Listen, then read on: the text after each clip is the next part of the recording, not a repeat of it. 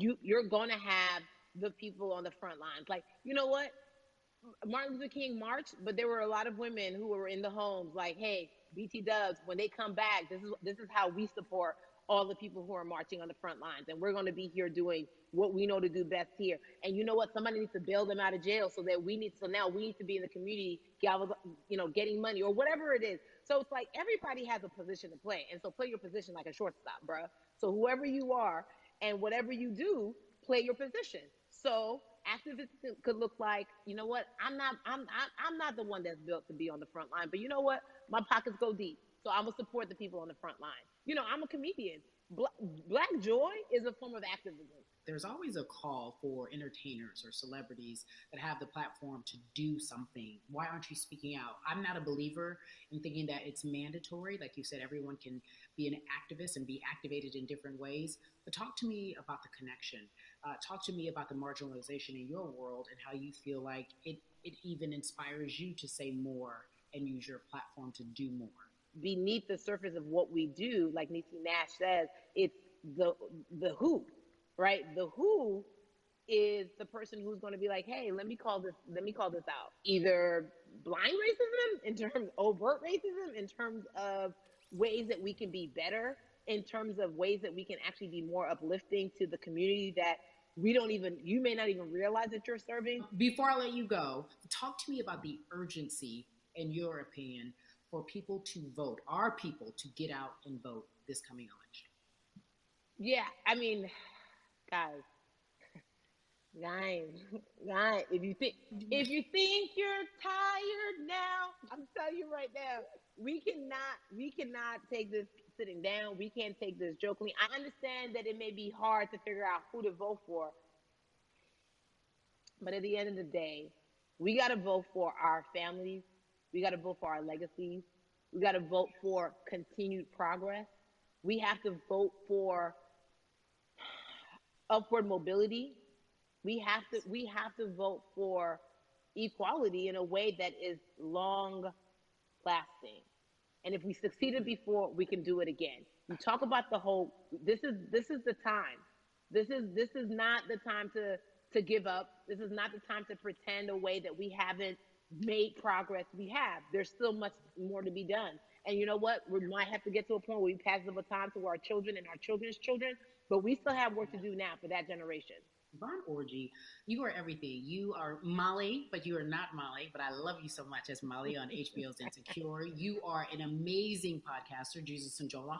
Shout out to Lovey. And then we also have movies. Like you, The World, you're a model, a cover model. Also, wait, don't let me forget your hugely successful stand-up comedy special on HBO. Girl, you're doing it all. And I am so grateful. You're truly the dream, not just the American dream. You're the black girl, brown girl, do it all dream, the immigrant dream, everything. You're a beautiful, beautiful soul.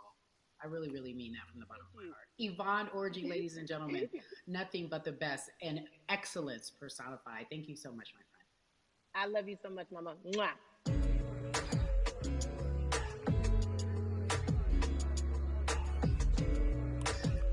Yeah, la la.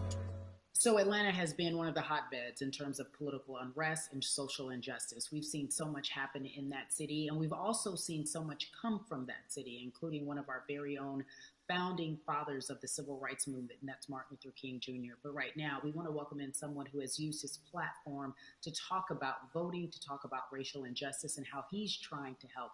Atlanta's very own Russ joins us now on We the People. Russ, I'm not going to fan out and tell you what some of my favorite songs were that I listened to repeat on yours. We're going to get to the topic at hand. So Amazing. We got to talk about, recently you did an interview where you shared your outlook on culture and music. And you also were very candid about the fact that you have a privilege and that it's necessary for you to give back. Tell everybody about what that means. It's very obvious. I'm white and I'm in Black culture and I'm benefiting financially off of it. So I feel like if you're a white person financially benefiting off of Black culture, you have to put finances back into Black culture. It's just that simple. The screenshots with your feelings, it just comes off like fake empathy because it comes off very dismissive and very, oh, that sucks for y'all. But anyway, back to what I was doing. Have you felt that way always, or is it now because of the time of where we are in this country?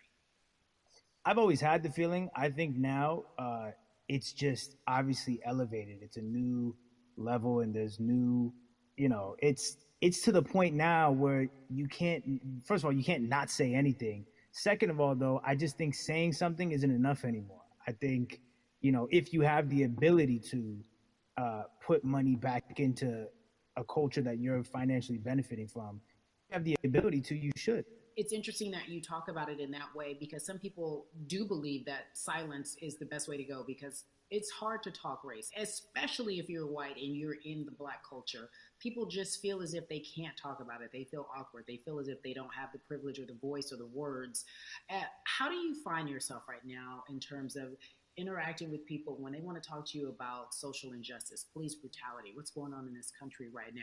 Well, first of all, picking and choosing whether you want to be silent or not about race, that's a privilege in and of itself. But no, I mean, I try to just do my best to listen to the Black people around me and the educated Black people I have in my life. So I do my best to not act like I have all the answers for everything, especially in a culture that I'm not from. But that's why when we decided to raise the money for Black Lives Matter organizations, when we raised 500,000, we got on the phone with some of the women who started Black Lives Matter. I got on the phone with Tamika Mallory. I was on the phone with Karen Civil and talking with my friends to make sure the money went to like the correct places, and people who really need it. It's just about listening. That's all. It's about listening. Let's talk about that for a moment because the way I think of activism, for me, it looks very differently. It's not necessarily just protesting on the front lines. I think that's great. But what about being an activist in the way in which you have decided to be one? What inspired you? What did it look like? You said you raised money for Black Lives Matter. What did you do? Mm-hmm. Walk us through everything that you did and how you find yourself in this moment right now. So for me, it was 3 years ago. I had like a string of festivals, and I decided that I was going to wear T-shirts with a message on them because I figured, what better time to use a platform than in front of a bunch of people. So one of the T-shirts I wore was, "If you want to change the system, speak up. White silence is pro-racism." The whole thing, and it didn't really it kind of got swept under the rug back then. But when all this stuff started happening again, and it's been happening, the police brutality against innocent Black people, I was like, man, I'm not the biggest artist in the world, and I certainly don't have the most white fans in the world, but I got a good amount of people that I can definitely mobilize and turn into some money. And I know they're down for the cause because it's merch. It's a good thing. And I've always been outspoken anyway, And so how am I going to be in Black culture and not be outspoken about racism? And then I got to ask you this because you grew up in Atlanta, so that gives you a heads up, depending for so many people, because you're in the crux of that beautiful Black city where there are so many wonderful Black leaders, home of so much great music and things that speak to our culture right now. And we are really, really getting our word out, especially with this platform today, and saying that we must use our voice to vote. Talk to me about what the importance of voting for you in this upcoming election. Yeah, so full transparency, I had never voted before, ever.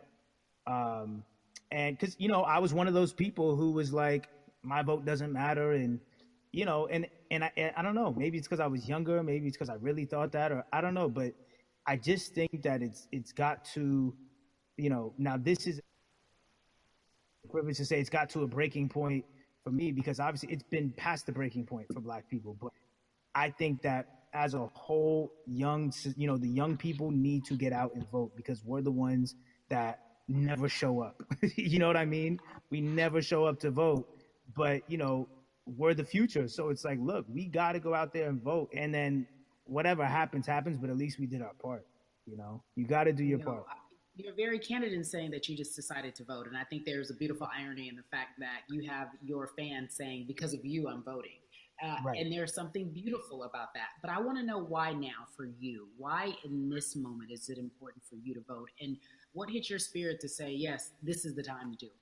Honestly, because I think that George Floyd really woke up a lot of people who, including myself, who I was I was vocal and outspoken about racism. I put it in my lyrics. I put it on T-shirts. I would talk about it in interviews. Like, I was vocal about it. But that video in that moment, I think me along with a lot of other people just kind of was like, all right, like words are simply not enough anymore. We gotta do something, whether it's raising money, whether it's voting or all the above. Like we got to do something, and I'm ashamed that it took that for me to be like, I need to raise money and I need to vote.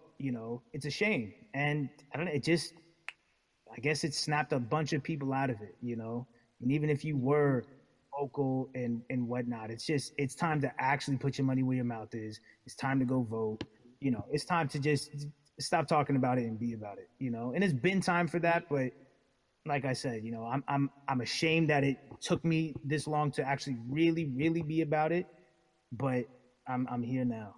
So Russ, we all know that this is going to be your first time voting. Tell me what that experience is going to be like for you in terms of what you're excited about. I think what it's going to do for me. It's going to let me know that I'm contributing to something bigger than myself, and I'm actually putting my money where my mouth is, and I'm being about it. Because for so long, and I know I'm not alone with this, but standing on the outside and just screaming about this and that and this should change, and it's like, all right, but did you vote?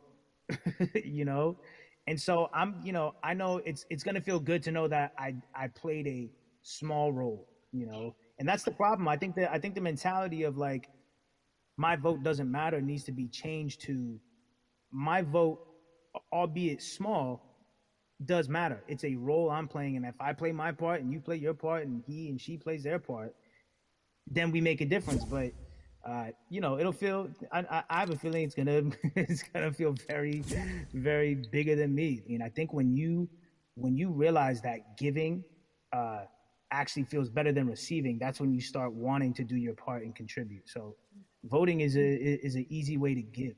Yeah. To whom much is given, much is required, and you have been given a huge platform, and we are so grateful for you, Russ. Philanthropist, artist, community activist, first-time voter. We appreciate you for doing this, okay? Thank you. I appreciate y'all.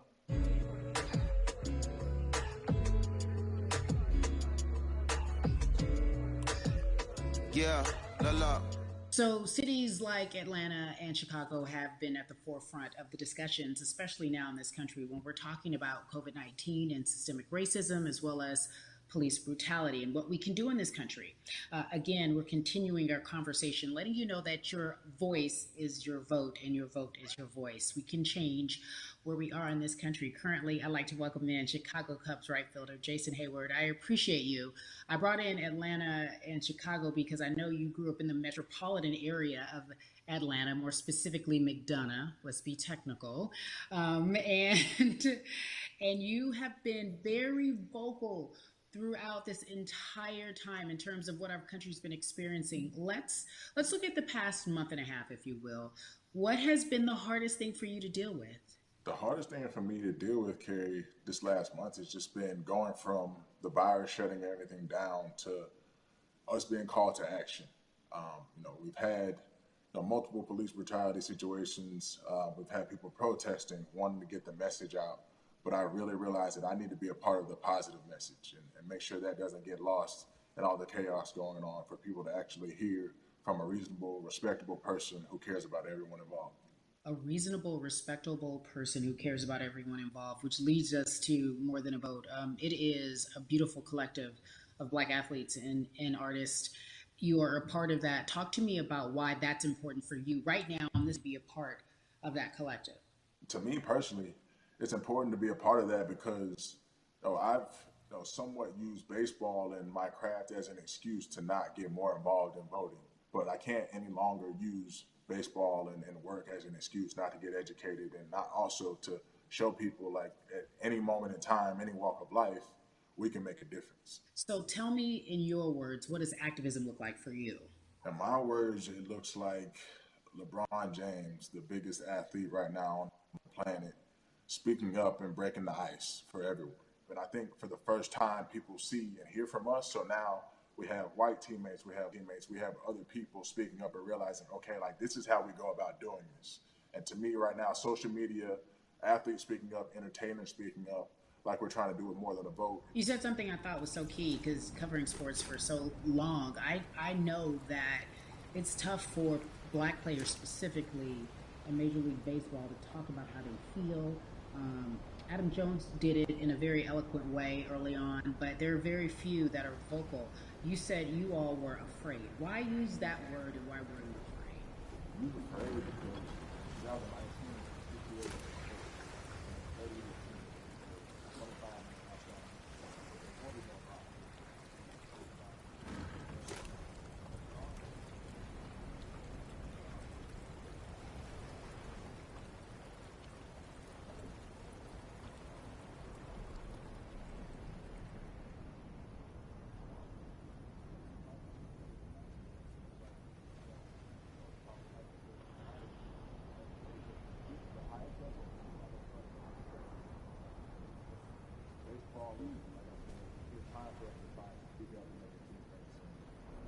It's okay to do so because we can't be quiet. That is a button up, be quiet, be seen but not heard. That is a an expression that a lot of black folks can relate to in whatever aspect of professionalism that they experience, especially if they don't work for themselves. They just feel that. That is also a socialization that we have as black folks, well, especially like you said, if you want to get to the higher level. And for so long, I felt it bubbling right underneath the surface that so many of us who were in whatever positions we were, who had platforms, were tired of pretending and looking the other way and spending so much time making others comfortable while we were uncomfortable. Do you feel that this is the type of movement that is sustainable, or is it just for a time? No, it takes everyone joining in on the conversation. And right now, I feel like more than ever, there is little things as possible to distract from bigger issues. And we saw on draft day, we saw our president, Theo Epstein, holding up the sign saying Black Lives Matter and wanting to include the rest of MLB in that. But now we're having those conversations as well. So I definitely think this is sustainable. And it's not always just going to be the popular thing to do. You know, this is something that people want to get right because they know we care. Jason, you said you think it's sustainable, that what you're seeing, especially with your colleagues in baseball, that this can be something where you're feeling more comfortable, feeling more safe to share how you feel about social injustice and police brutality.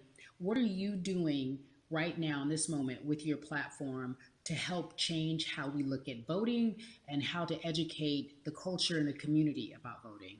Well, first, what I'm doing, Carrie, is joining up with More Than a Vote and joining up with other athletes and entertainers to get that message out and use our platform in that sense as a group. And try to create a brand with this to make it something that's not just about the election coming, make sure that it's about people getting educated for years to come and figure out where to vote and how to vote. We've got people in different areas that cover different demographics and influence different areas of people. And as a baseball player, as a black baseball player, I feel like now, like we talked about, is finally the time to show people that you can use your voice in this profession. You don't have to be afraid. And to me, that can help a kid growing up. He can see me, he can see other guys that were in the video we posted saying, hey, this is what they're standing for. They're speaking up for these things, and it's okay to want to play baseball. It's not lame. It's not something I have to be as afraid of as I was before. So I feel like that's my role in this.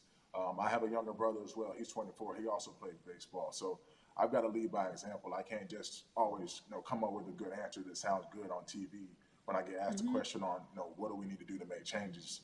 I'm joining up here to make sure that I take action and get educated myself. For one, so many people, I feel like in Atlanta, they're on the move. Well, when you want to try to make a vote and try and cast your vote, you have to do it by mail. You have to sign up for the absentee ballot. Then you have to get another ballot in return. They have to send it back to you. Well, for me personally, they didn't send that back until it was too late, right? We didn't get it in the mail to the address that's an Atlanta address at my parents' house. We didn't get that in the mail until it was too late. And then from other friends and family that are still in Georgia right now, I just hear about them being held in lines too long and trying to get off work. And we know how it is for any family, but let alone a black family in the inner city or in the suburbs trying to take care of their family and trying to provide for them. You try to get off work, and then you're like, wait a minute. You start looking at the clock. It's like, oh, this is not going to happen today, right?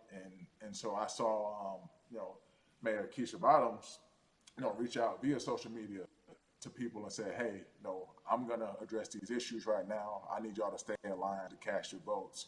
Keep hanging in there. So to me in Georgia, that's what that looks like. Well, it's interesting that you even bring that up because there have been all these images specifically from Georgia, because that's such a battleground, where you see people, especially when it came to the primaries, doing whatever it takes.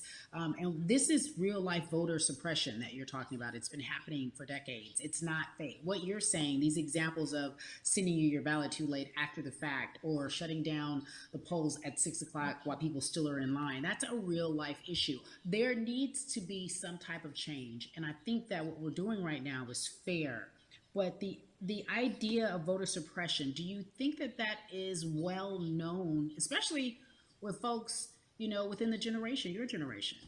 I think it's known in our communities, right? I don't think it's spoke on enough. I don't think there's been enough light drawn to it. Bring it to light. Let people hear about it. Let people learn about what that looks like. And get more people to say, okay, look, like this is going to happen. We have to expect this, and we can no longer make the excuse. We can't say they didn't warn us. Jason, everybody knows, or it feels as if everyone knows that the time is now. America's paying attention to us. We have their eyes. We have their ears. If you look toward the future, what are you most excited about in terms of seeing a change? I'm excited about how fast the word is traveling. The word is being spread right now. The biggest athletes, the biggest icons, biggest entertainers are doing their part, but I'm also seeing people out there on the streets doing their part. When so many things got lost, could have very easily got in the commotion when it came to protests, and you saw rioting, you saw looting. People still stood their ground, and people still went out there and said, look, we're doing this for the right reasons. We're going to come together. We're going to use drones. We're going to use social medias. I feel like this is a new wave of getting things done the right way and just spreading the message. You're right about that. And you're right. People are spreading the word unapologetically. We out here. We doubling down. Thank you so much. I appreciate you. Right.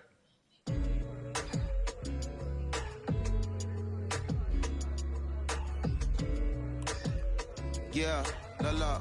Hey, everybody. I am so excited to welcome a friend, a brother, family member, if you will, former colleague, NBA great, sports analyst, philanthropist. He does it all, and he's here to give us his time and his platform to talk about something that is so important, that is voting. Everybody, welcome Jalen Rose to We the People. Talk to me about how important it is for the people who know you and love you and look up to you. Why is it so important that you use your platform to talk about voting? Initially, we have to get past the stigma of the mental systemic racism that comes with the presidential race, governors, mayors, senators, judges. We've been conditioned to believe that our vote does not matter. So usually when we looked up at all of those races and people that were running, not only did they not look like us, we didn't believe they were there to represent our best interests. So therefore, as a collective, we didn't mobilize until Barack Obama, and we felt a sense of hope that finally our country is going to do something that we felt would never happen in our lifetime. And I remember being at the inauguration in 2008. I made sure I was there. And we voted in 2016. We didn't vote, Carrie. We didn't vote. And so many people try to make this political. This is not political. Me telling somebody to vote is like telling somebody to pay taxes. So that's one, getting over the stigma of nobody is going to represent our best interest. And then number two, the reality is that the person that gets the most votes doesn't necessarily win the presidency. That's uncomfortable right there, because that's actually what took place in 2016. The Electoral College chose the president. And if you put all of their pictures up, I'm pretty sure they look a lot more like each other than they look like you and I. How about that?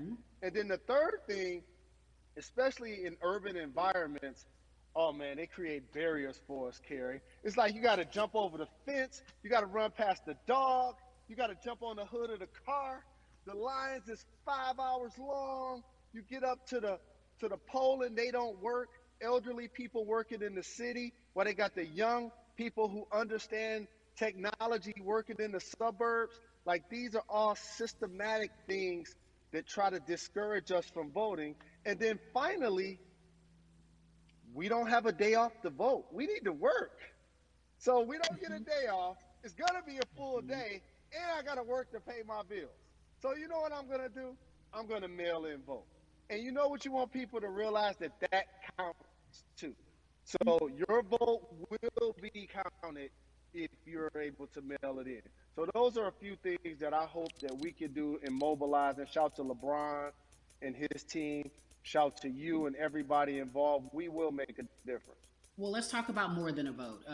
There is a Black collective of athletes, of artists coming together and saying voter suppression is a real deal, especially in the Black community. When you just talked about, I got to work, so I can't go vote. And then when we do get in the booth, just in case